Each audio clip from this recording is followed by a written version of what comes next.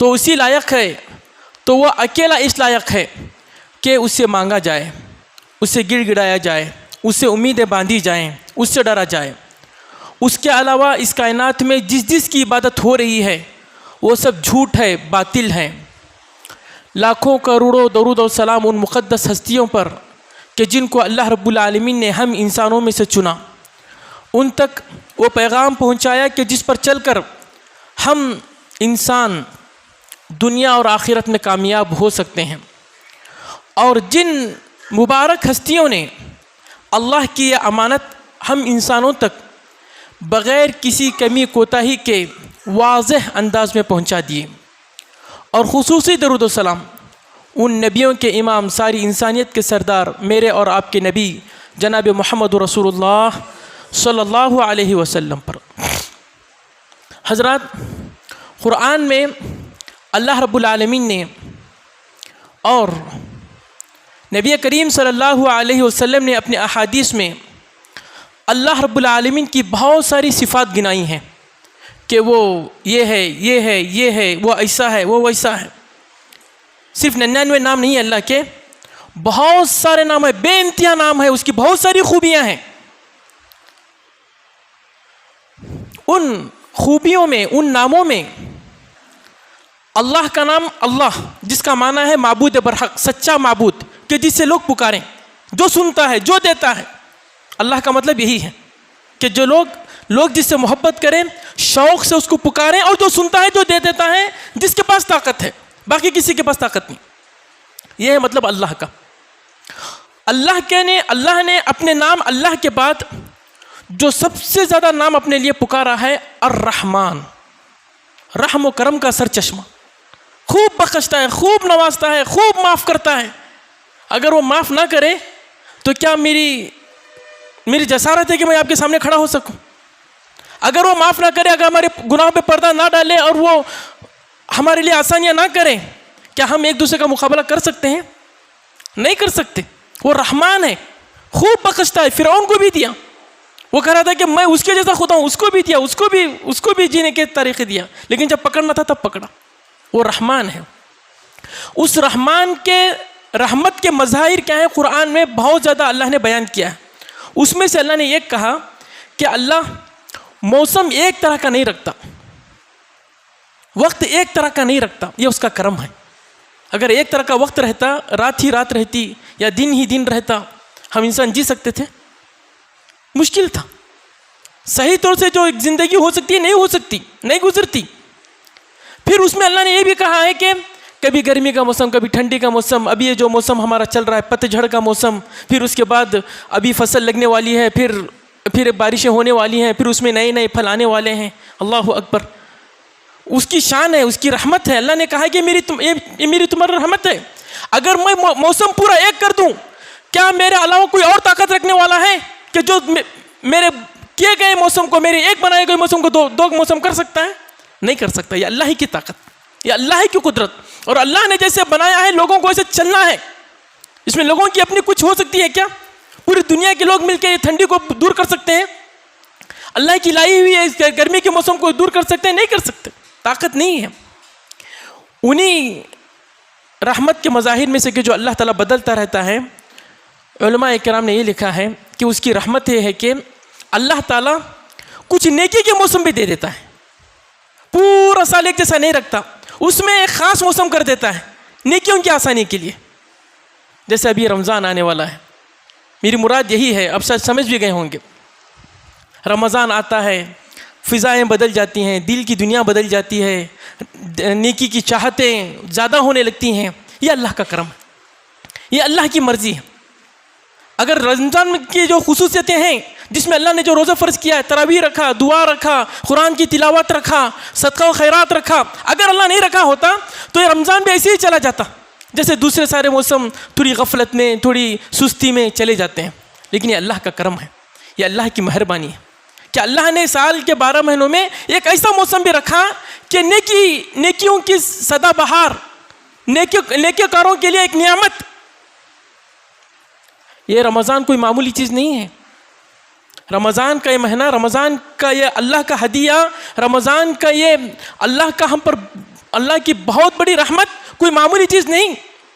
جب رمضان آنے والا ہوتا نبی کریم صلی اللہ علیہ وسلم صحابہ کو خوشخبری سناتے. خوشخبری، خوش ہو جاؤ، خوش ہو جاؤ، خوشی دل میں خوشی لاؤ کہ رمضان آ رہا ہے، رمضان آ گیا ہے. حضرت ابو ہریرہ رضی اللہ تعالیٰ عنہ فرماتے ہیں کہ جب رمضان کی پہلی رات ہوتی، رمضان کی جب پہلی رات ہوتی تو نبی کریم صلی اللہ علیہ وسلم ہمارے درمیان کھڑے ہو گئے ایک مرتبہ اور کہا اتاکم شہر رمضان، اے مسلمانوں خوش ہو جاؤ، خوشی سے اپنے دل کو بھر لو، یہ دیکھو یہ رمضان کا مہینہ تم پر آ گیا.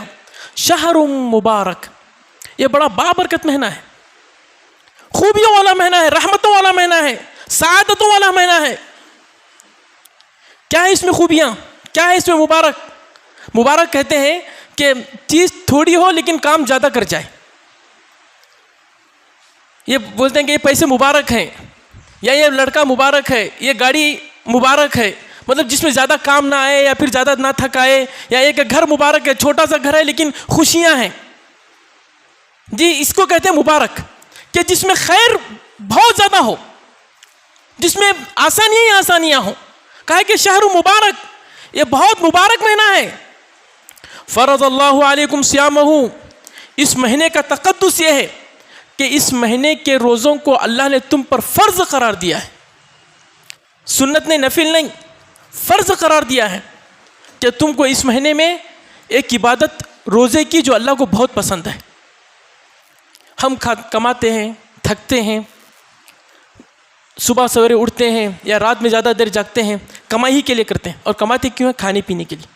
اگر کھانا پینا نہ ہو تو کوئی کمائے گا نہیں کہ میں کھاؤں، میرے جو اللہ نے میری جو ذمہ داری دی ہے بیوی بچوں کی، رشتہ داروں کی، ماں باپ کی، اس کو ادا کروں، اس لیے ہم کرتے ہیں. کھانا پینا ایک انسان کی زندگی کی اصل چیز ہے، ایک مرغوب چیز ہے، محبوب چیز ہے، جس کے لیے بہت کچھ کرتا ہے.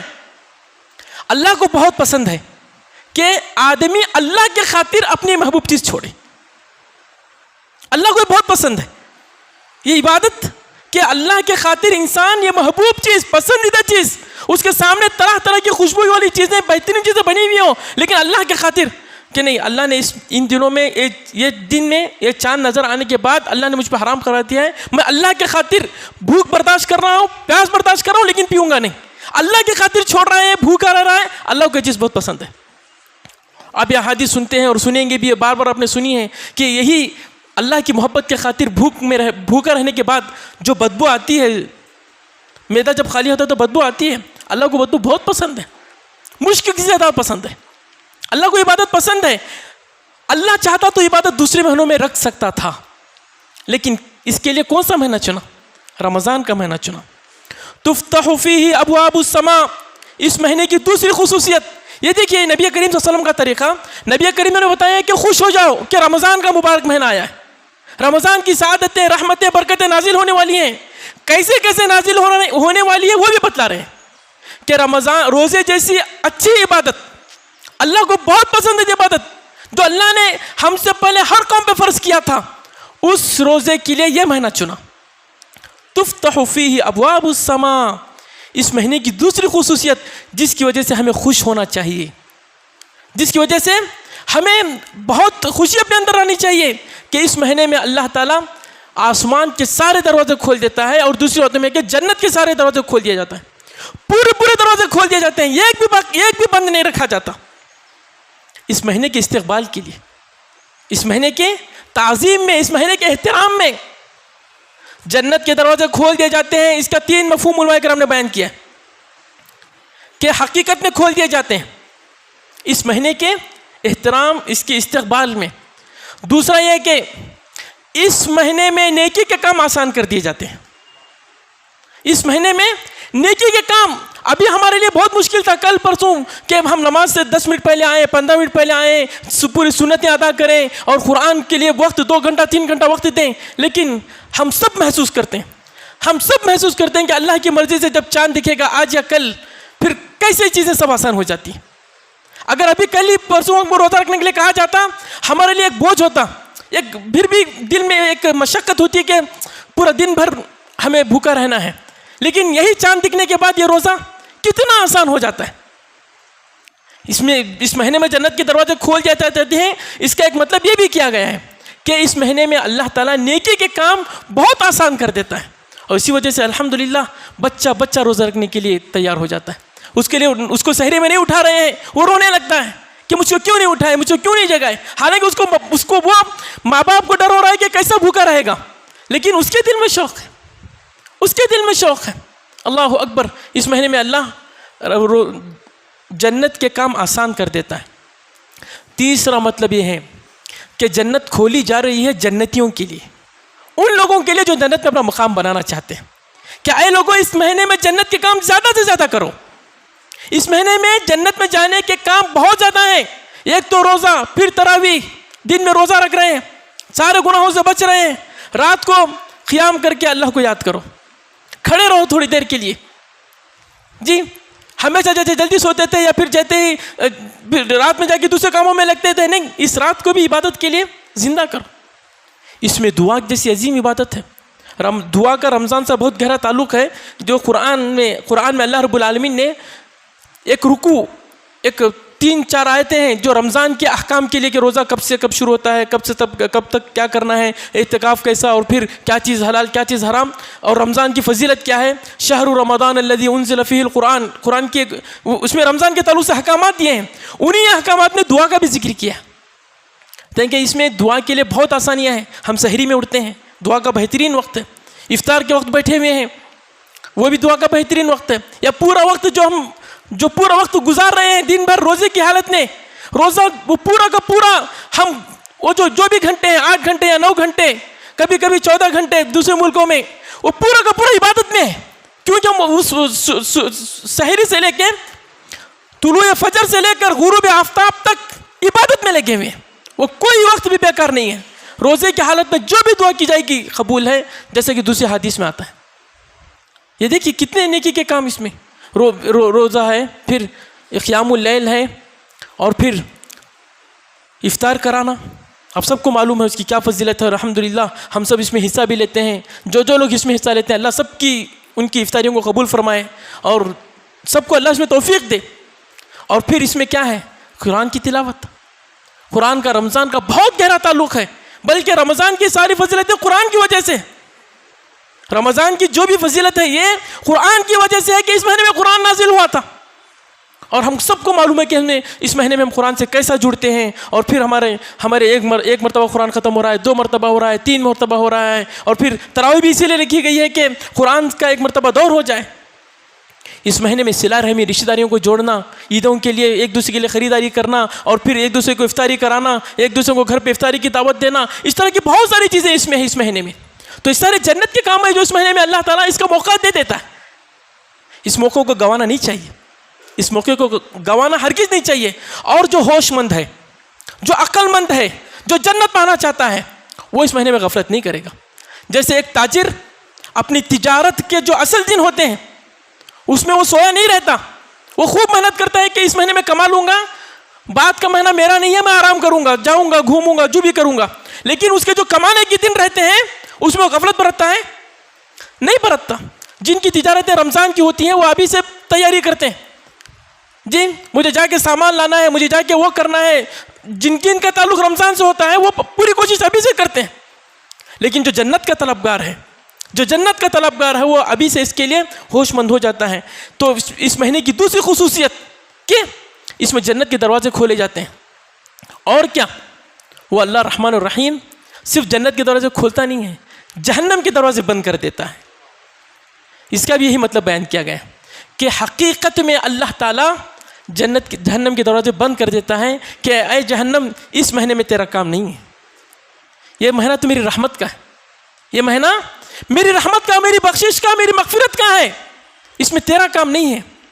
یہ حدیث ہے جو رسول نے فرمایا کہ جہنم کے دروازے بند کر دیے جاتے ہیں. یا ابھی دوسرا مفہوم یہ کہ اس میں برائی کے کام کی شدت لوگوں کے دلوں میں کم کر دی جاتی ہے. اور اس بات کو ہر کوئی محسوس کرتا ہے, ہر کوئی محسوس کرتا ہے.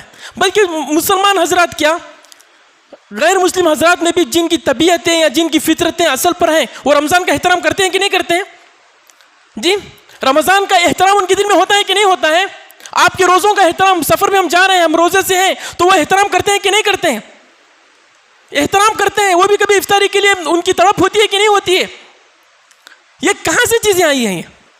یہ اسی کا اثر ہے، یہ اسی کا اثر ہے کہ جس میں نبی کریم صلی اللہ علیہ وسلم فرماتے ہیں کہ اس میں جہنم کے دروازے بند کر دیے جاتے ہیں، کہ اس میں برائی کے کام کی شدت، اس کی جو ایک ہوتا ہے برائی کا بہت زیادہ شوق جذبہ، اس کو کم کر دیا جاتا ہے۔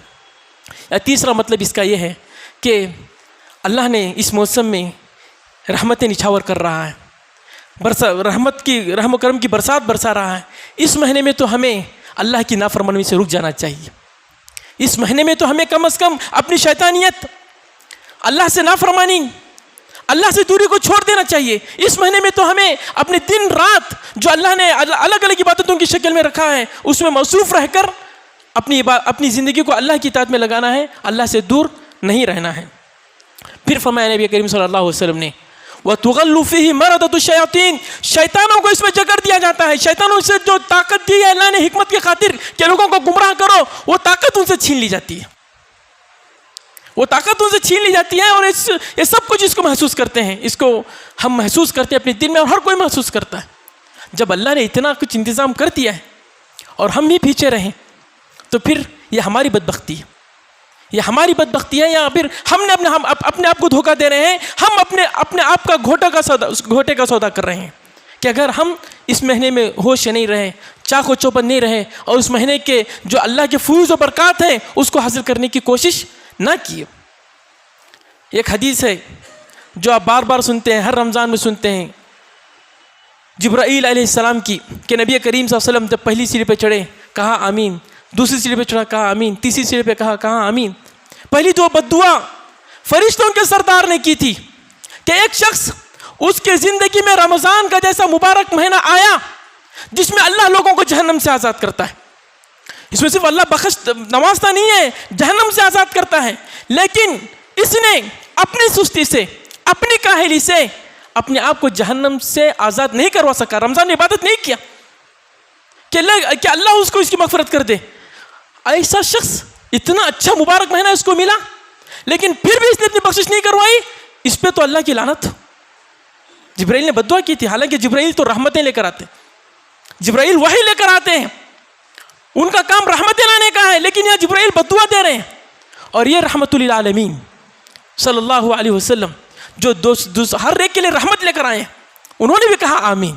کیوں کہ اتنے مبارک مہینہ، اتنا مقدس مہینہ، اتنی برکتوں کا مہینہ، بخشش کا بہت پورا چانس، پورے موقع آ گئے، لیکن پھر بھی یہ سستی میں پڑا رہا، پھر بھی یہ نادانی میں پڑا رہا، پھر بھی مسجدوں سے دور، پھر بھی ذکر سے دور، پھر بھی قرآن سے دور، یہی فانی دنیا کے پیچھے رہا۔ ایسے شخص میں تو اللہ کی لعنت ہی ہونی چاہیے۔ یہ ایک موقع ہے، ایک موقع ہے کہ ہم اپنی نیتیں درست کر لیں ابھی سے، اس رمضان کے لیے ابھی سے۔ جیسے دنیا کا ایک تاجر، دنیا کمانے والا جیسے ایک پلاننگ کرتا ہے، پلاننگ ہی سے کام ہوتے ہیں، جو پلاننگ کرتے ہیں وہی کامیاب ہوتے ہیں، پلاننگ کے بغیر جو چلتے ہیں وہ کبھی کامیاب نہیں ہوتے، سب کو معلوم ہے۔ ہم اس رمضان کی تخطیط کر لیں۔ ابھی حدیث ختم نہیں ہوئی، اللہ اکبر، ابھی حدیث کی صرف شرح چل رہی تھی۔ یہ جو حدیث نبی کریم صلی اللہ علیہ وسلم رمضان کے پہلے دن جو کھڑے ہو کر خوشخبری سنائے کہ خوش ہو جاؤ، رمضان یہ مبارک مہینہ آ گیا جس میں اللہ نے روزے جیسی عظیم عبادت تم پہ فرض کی ہے، جنت کے دروازے کھول کے نیکیاں تم پر آسان کر دیے ہیں، جہنم کے دروازے بند کر کے شیطانوں کو جکڑ کے اس میں معصیت گناہ کی شدت کو کم کر دیا گیا ہے۔ پھر کہتے للہ فیہ لیلۃ، اس مہینے میں اللہ کی ایک مقدس رات ہے، للہ، اللہ کی ایک ایسی رات جس کی اللہ کے پاس بڑی قدر و منزلت ہے۔ اس مہینے میں ایک رات ہے خیر من الف شہر، کہ جس رات کی چھوٹی سی عبادت کا اجر 1000 مہینوں کی عبادت سے بڑھ کر دیا جاتا ہے۔ اس کے لیے ابھی سے ہوش میں رہو۔ حالانکہ رمضان کی پہلی تاریخ ہے، نبی کریم صلی اللہ علیہ وسلم اس رات کو پہلے سے ڈرا دیتے، اس رات کی پہلے سے خبر کرتے کہ دیکھو اس مہینے میں ایک رات ہے، اس مہینے میں ایک رات آتی ہے کہ اس رات وہ رات کی قدر و منزلت اللہ کے پاس بہت عظیم ہے، اجر بے حساب ملتا ہے۔ چھوٹی سی تم عبادت کرو تو اس رات نے چھوٹی سی عبادت کا اجر کے جیسے تم نے 1000 سال عمر پائی اور 1000 سال پوری کی پوری عبادت میں رہے، 1000 مہینے تم عبادت میں رہے۔ اس رات کے بارے میں ابھی سے چوکنا رہنا، اس رات کو پانے کی کوشش اس رات کو پانے کی حرص ابھی سے کرنا، کیونکہ من حرم خیرها فقد حرم. اگر ایسا ہوا کہ یہ رات آئی اور تم نے اس میں عبادت نہیں کیا، اس میں عبادت سے محروم رہ گئے، تو جیسے تمہارا گھر جل گیا، تمہارے بچے جل گئے، اور سب کچھ تمہاری تجارتیں سب برباد ہو گئی. اتنا بڑا نقصان ہوا تمہارا کہ اللہ اتنا اچھا موقع دیا تھا کہ تم نے اس کو گنوا لیا. کہ ابھی سے چوکن نہ رہو، ابھی سے ہوش میں رہو. اللہ اکبر. یہ ہے پیارے نبی کریم صلی اللہ علیہ وسلم جو کھول کھول کر ہم کو بتا رہے ہیں. یہ حدیث مسند امام احمد حنبل کی اور سنن نسائی کی ہے، اور البانی صاحب نے اس حدیث کو صحیح قرار دیا ہے. جب مہینہ یہ رمضان کی پہلی رات آ جاتی ہے، اللہ کے فرشتے گھومنے لگ جاتے ہیں، پکارتے ہیں یا باغی الخیر اقبل ویا باغی الشر اقصر. اے نیکی کے طلبگار، اے جنت کے دیوانے، آگے بڑھ، تیرا مہینہ ہے، خوب عبادت نہ کر لے. اللہ نے اس میں نیکیاں بہت آسان کیا ہے، کر. اور پھر فرشتے کہتے ہیں جو اب تک مسجد سے دور تھا، جو اب تک اللہ کے قرآن سے دور تھا، جو اب تک نیکی کے کاموں سے دور تھا، اس مہینے میں برائی سے رک.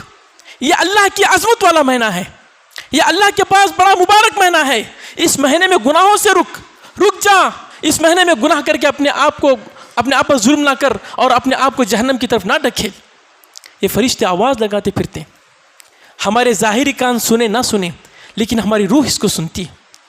ہمارے دل ہماری روح اس کو سنتی ہیں، اور اسی وجہ سے یہ جو اثر ہوتا ہے عبادت کی آسانی کا اور گناہوں سے بچنے کی جو تمنا ہے، وہ سب چیزیں ہم اس میں ہوتی ہیں. حضرات، اور بھی بہت ساری باتیں جو رمضان کی فضیلت کے تعلق سے اور اس کی فضیلت اور اس کی اہمیت اور اس میں کرنے کے کام انشاءاللہ آپ سنتے رہیں گے. اس خطبے میں جو بتانا مقصد ہے کہ رمضان کا پانا بھی ایک بہت بڑی نعمت ہے. رمضان کا کسی کی زندگی میں آنا ایک بہت بڑی نعمت ہے.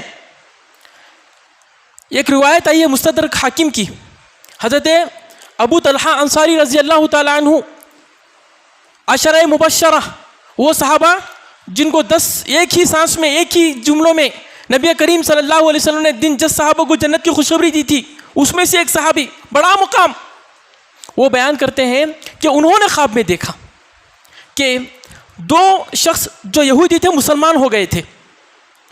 انہوں نے خواب میں دیکھا کہ 2 شخص تھے جن کو جانتے تھے، یہودی تھے، مسلمان ہو گئے تھے. دونوں کیسے تھے؟ ایک بہت عبادت کرنے والا، بہت شوق سے عبادت کرنے والا، اور اس کی موت بھی شہادت کی ہوئی. دونوں میں سے ایک بہت اچھی عبادت کرنے والا، شوق بہت عبادتوں میں آگے رہنے والا، اور مرے بھی شہید ہو کر. لیکن جو دوسرے جو صحابی تھے، اس میں سے 2 میں سے جو یہودی سے مسلمان ہوئے تھے، اتنے زیادہ عبادت کرنے والے نہیں تھے، جو بس صرف فرض ادا کرنا، اسے کرنا یا خاموش رہنا، اس طرح سے تھا. لیکن انہوں نے خواب میں دیکھا کہ جنت میں وہ شخص جو کم عبادت کرتے تھے ان کو جلدی لے کے جایا گیا اس سے پہلے، جو شہادت کی بھی موت تھی. یعنی 2 صحابہ مسلمان ہوئے تھے، یہ کہ بہت عبادت کرتے تھے اور موت بھی شہادت کی ہوئی. دوسرے اتنی زیادہ عبادت نہیں کر رہے تھے، لیکن انہوں نے خواب میں دیکھا کہ جنت کا ہے، محشر کا میدان ہے، لوگوں کو جنت میں لے جایا جا رہا ہے. فرشتے آئے اور انہوں نے وہ جو دوسرے صحابی تھے جو زیادہ عبادت نہیں کرتے تھے اور جن کی موت بھی عام موت ہوئی تھی، ان کو جنت میں پہلے لے کے گئے. اور جو صحابی تھے جو زیادہ عبادت کرتے تھے، جن کی موت شہادت کی تھی، ان کو بعد میں لے کے گئے. اور ان کو کہا گیا کہ نہیں، ابھی آپ کی باری نہیں ہے، آپ کا وقت دوسرا ہے. یہ صبح بیدار ہوئے، ان کو بہت عجیب چیز لگی ہے کہ یہ کیسے ہوئے. وہ تو بڑے عبادت گزار، بہت زیادہ عبادت کرنے والے، اور شہادت کی بھی موت، لیکن ان سے پہلے ان کو جنت میں لے جایا گیا.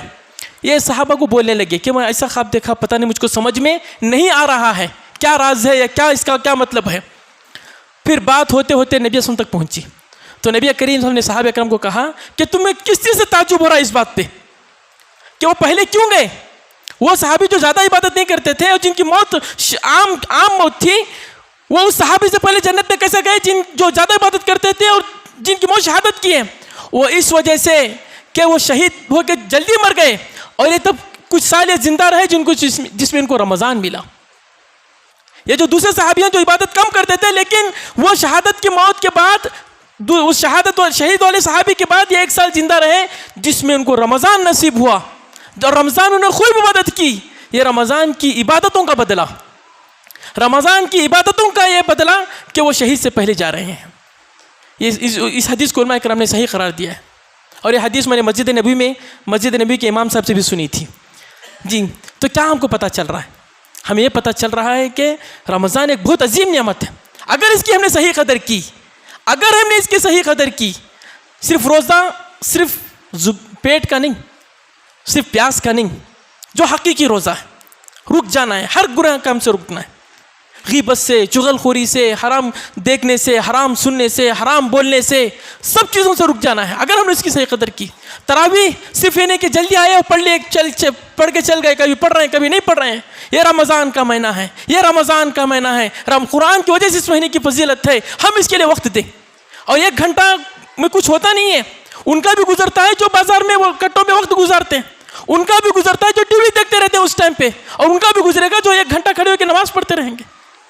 بس بات یہ ہے کہ ہم اس کو غنیمت، کتنا ہم اس کو سیریس لے رہے ہیں، اور کتنی ہماری طاقت ہے، کتنا ہم اس کو شوق رکھتے ہیں. تو یہ اس مہینے کی بڑی قدر ہے. ہمیں اس کا استقبال کیسا کریں؟ سب سے پہلے دعا کریں کہ اللہ تعالیٰ اس رمضان میں ہمیں توفیق دے، کیونکہ اللہ توفیق دے کے ہی تو ہم عبادت کر سکتے ہیں. ورنہ اگر اللہ نہ چاہے گھروں میں کچھ پریشانیاں آ گئیں، کچھ مسئلہ ہو گیا، پھر ذہن یکسو نہیں رہتا ہے جی، پھر ادھر آنا ہے، ادھر جانا ہے، پھر ادھر جانا ہے. ہم اللہ سے دعا کریں. یہ سب سے اہم چیز ہے کہ اللہ میں رمضان میں عبادت کرنا چاہ رہا ہوں، تو عبادت کے مواقع مجھ کو عطا کر، تو مجھے توفیق دے، تو میری زبان میں طاقت دے، تو میرے پیروں میں طاقت دے، تو میرے دل میں ثبات دے کہ میں زیادہ سے زیادہ عبادت کروں. ہمارے تابعین، ہمارے اسلاف دعا کرتے تھے، اللہم سلمنی لرمضان وسلمہ لی، اے اللہ تو رمضان کو میرے لیے درست کر دے اور مجھ کو رمضان کے لیے درست کر دے. رمضان میں میرا صحیح طور سے گزرے اور میں بھی رمضان کے لیے ٹھیک رہوں. رمضان کی جو بھی خوبیاں ہیں، جو بھی فائدے ہیں اور جو بھی اس کی خصوصیات ہیں، اس کو خوب سے خوب حاصل کرنے کی کوشش کروں.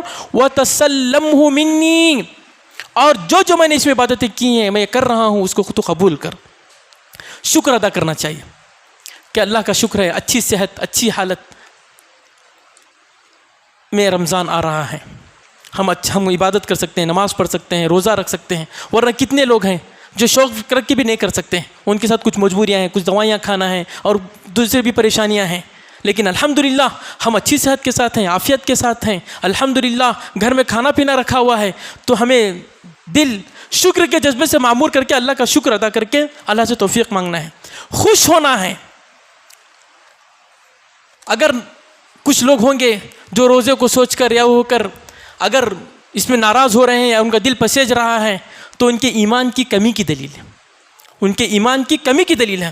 ورنہ الحمدللہ جو مسلمان ہے وہ تو خوش ہوتا ہے کہ نیکی کا موسم، جنت کو پانے کا موسم، جہنم سے آزاد ہونے کا موسم آ رہا ہے. ہمیں تو اس میں خوب سے خوب محنت کرنی ہے، عمل صالح کا عزم و ارادہ، پکی نیت کرنی ہے کہ نہیں اس رمضان میں غفلت نہیں کریں گے.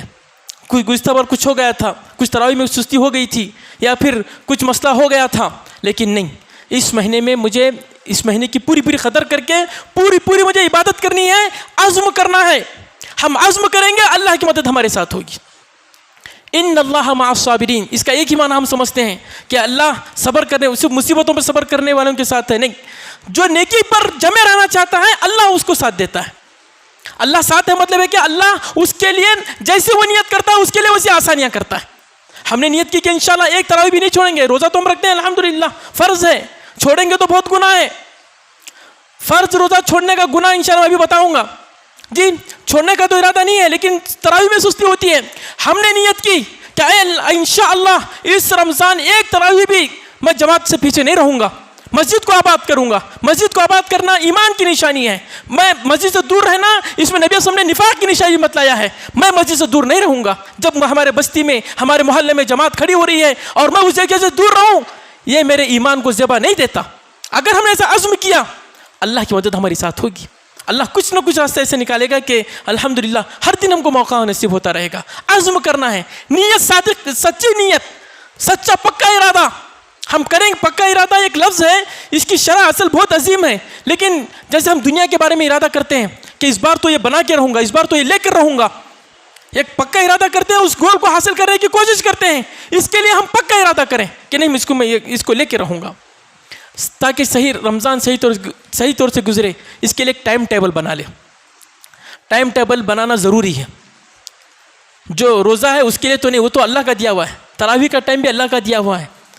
جی اب جو دن میں مجھے کب قرآن پڑھنا ہے، کون سا وقت نکالنا ہے، نکالیے، ضرور نکالیے.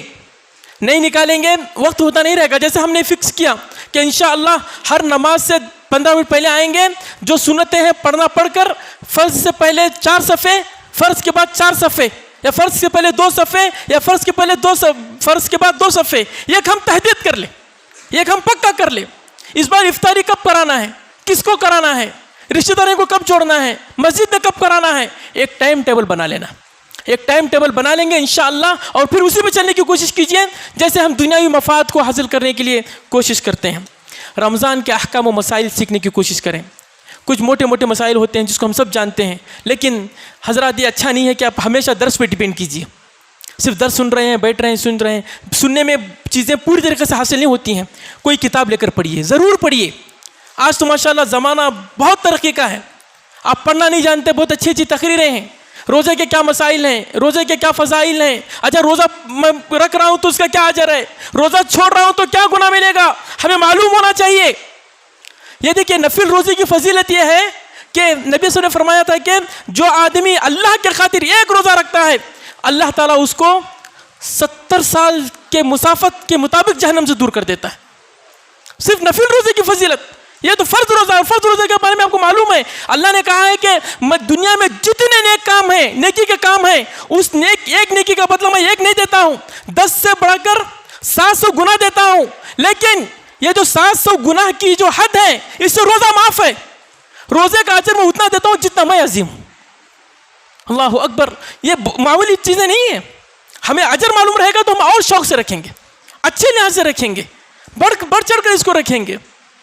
اور روزہ خور، روزہ چھوڑنے کا گناہ، اس کی سزا، اس کا ذکر آیا ہے صحیح بخاری میں کہ نبی کریم صلی اللہ علیہ وسلم جب جہنم میں گئے، جب جہنم میں نبی صلی اللہ علیہ وسلم کو سیر کرائی گئی تو نبی صلی اللہ علیہ وسلم نے دیکھا کہ ایک آدمی ہے جس کے جبڑے پہاڑ کے برابر کیے گئے، لمبے جبڑے اس کے کیے گئے ہیں، بڑی تیز چاقو سے اس کو کاٹا جا رہا ہے. جی پہلے یہ جبڑا کاٹا جاتا ہے، جی پھر یہ جبڑا کاٹ کر پھر ادھر آتے ہیں، یہ کاٹنے تک پھر اس کو کاٹا جاتا ہے. نبی صلی اللہ علیہ وسلم نے فرمایا کہ یہ کون سی سزا ہے، کہ ان لوگوں نے کیا گناہ کیا تھا، ان لوگوں نے کیا گناہ کیا تھا کہ ان کو ان کے جبڑے کاٹ کر، ان کی زبانیں کاٹ کر ان کو سزا دی جا رہی ہے. تو جبرائیل علیہ السلام نے کہا تھا، جو فرشتے تھے انہوں نے کہا تھا کہ یہ فرض روزے چھوڑا کرتے تھے، رمضان کے فرض روزے چھوڑا کرتے تھے. جس مہینے میں، جن دنوں میں اللہ نے کھانا حرام قرار دیا تھا، یہ اس منہ سے مزے لیتے تھے. اب اسی مزے کو، اسی منہ کو ان کو کاٹا جا رہا ہے. یہ معمولی سزا نہیں ہے، ہم اس کو برداشت کر سکتے ہیں. جہنم کی سزا، اور وہ بھی اس سے وہ کیسا تیز دھارا ہوگا جس کو کاٹا جاتا ہے. ہم فضائل معلوم کریں. اور یہ تراویح جس کی ہم سستی کرتے ہیں، نبی صلی اللہ علیہ وسلم نے فرمایا کہ من قام رمضان ایمانا واحتسابا غفر له ما تقدم من ذنبه. اگر کوئی آدمی نیکی کے ارادے سے اللہ کے خاطر تراویح پورا مہینہ پر تراویح پڑھتا ہے تو اللہ اس کے سارے گناہ معاف کر دیتا ہے. یہ ایک مہینہ ہم پڑھیں، پابندی کے ساتھ پڑھیں تو الحمدللہ سارے گناہوں کی معافی ہمارے سامنے کھڑی ہے. یہ اتنی عظیم فضیلتیں ہیں، اس کو ہم جاننے کی کوشش کریں. پڑھیں جو عبادت میں کر رہا ہوں اس کا اجر کیا ہے، اگر چھوڑ رہا ہوں تو اس کا گناہ کیا ہے. تو اس کے وجہ سے ہم نیکی بہت ایک دل کے ساتھ، خود دل کی طلب کے ساتھ، شوق کے ساتھ کر سکیں گے. اور پھر افطار کھلانے وغیرہ کے تعلق سے اس میں ہم تیاری کریں کہ اس کا اجر بھی بہت عظیم ہے. انشاءاللہ وہ بھی آئی ہے. میں نے جو ٹائم ٹیبل میں کہا وہ بات آ گئی. اور ایک آخری بات یہ کہہ کر میں خطبہ ختم کروں گا کہ بعض لوگ رمضان سے 1-2 دن پہلے روزہ رکھتے ہیں کہ پتہ نہیں چاند دکھ گیا ہے یا پھر غلطی ہو گئی ہے، یا ایسا نہ ہو کہ کہیں روزے کا دن ہے میں چھوٹ نہ جائے. نبی صلی اللہ علیہ وسلم نے منع فرمایا، نبی کریم صلی اللہ علیہ وسلم نے منع فرمایا کہ یہ اسلام کی کوئی عبادت الگ الگ کرنا نہیں ہے. یہ پورے مسلمان مل کر ایک ساتھ رکھو، پورے مسلمان ایک ساتھ مل کر روزہ رکھو، ایک ساتھ مل کر تم روزہ ختم کر کے عید بناؤ. اس میں اپنی اپنی عبادت نہیں ہے، یہ ساری اجتماعی عبادت ہے، اجتماعیت کے ساتھ ہونا ہے. شک کی وجہ سے کہ گزشتہ مہینہ کا کیا ہے، گزشتہ مہینہ کا چاند ایسا ہوا تھا، یہ مہینہ کا ایسا ہوا ہے، لوگوں سے غلطی ہو گئی تھی، موبائل میں یہ دکھا رہا ہے، اس میں یہ دکھا رہا ہے، یہ سب اس کی گنجائش نہیں ہے. بس جب ہماری جماعت سے اعلان ہو رہا ہے، جب جو شہر کی کمیٹی ہے رویت ہلال کمیٹی کی، یا جب کرناٹک کی جو رویت ہلال کمیٹی وہاں سے اعلان ہو رہا ہے، ہم ان کے ساتھ چلیں گے، مسلمانوں کے ساتھ رہیں گے. اللہ رب العالمین سے دعا ہے کہ اللہ رب العالمین ہمیں اس رمضان کی قدر کرنے کی توفیق عطا فرمائے. اس رمضان میں اللہ تعالیٰ ہمیں صحت و عافیت، امن و شانتی، چین و سکون کے ساتھ رکھے. سبحان ربک رب العزت عما یصفون وسلام علی المرسلین والحمد للہ رب العالمین.